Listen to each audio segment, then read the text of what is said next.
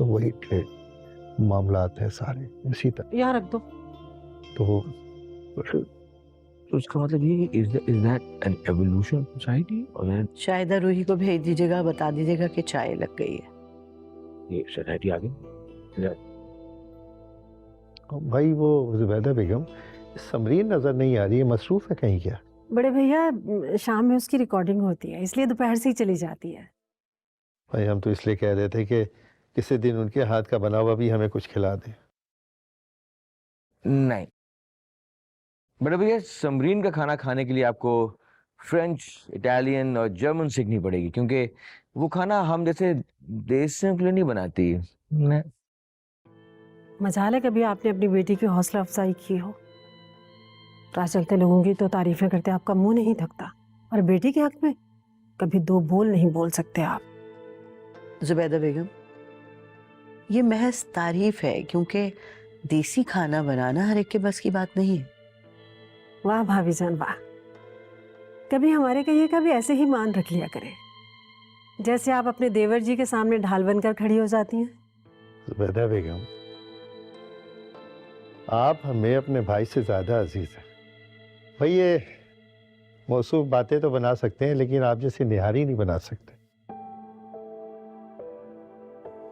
खुश। वालेकुम अस्सलाम। कहाँ थी भाई आप? चाय कब से बनी हुई है? जी मैं हेरा के पास थी। भाई आप सब हमारे लिए जो है ना एक बराबर है, ठीक है? कोई फर्क नहीं है किसी में भी। वैसे रूहेल के मंगनी को कितना अरसा हो गया? दिसंबर में 2 साल हो गए।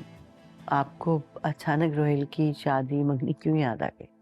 असल में बीजान, बड़े भैया को अपने पोता पोती देखने का अरमान है। भाई वो तो सबको होता है, मैं तो सिर्फ इसलिए कह रहा था कि काफी अरसे से दोनों को साथ नहीं देखा है। बड़े भैया 2 दिन पहले ही तो इकट्ठे थे साथ। क्यों रूही, तुम भी तो वहीं थी ना?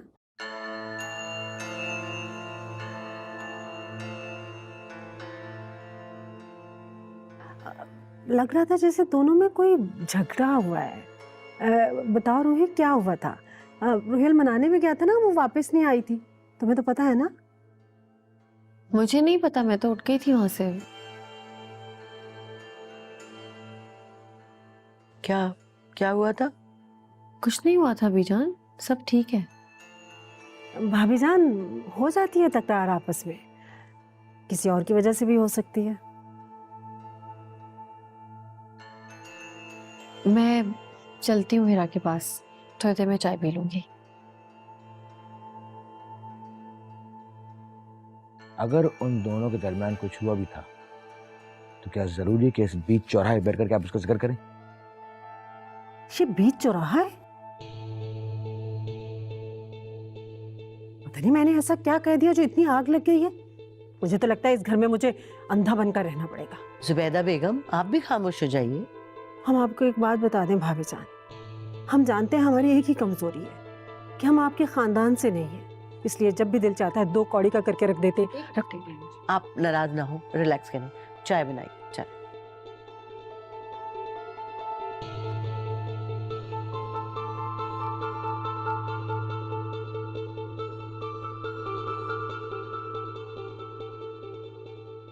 हाँ, मुझे भी कुछ समझ में नहीं आया कि मैंने ऐसा क्यों किया।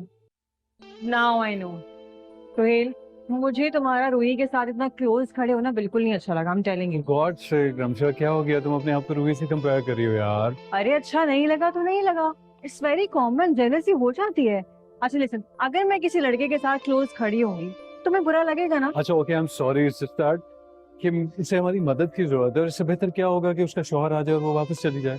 सोहेल, मुझे कोई एतराज नहीं है कि तुम उसकी हेल्प कर रही हो। I am more than happy. All I am saying is that कि तुम्हारी किसी लड़की से इतनी क्लोजनेस होना मुझे नहीं पसंद। अच्छा जस्ट इन केस कभी ऐसा हो जाता है तो क्या करोगी?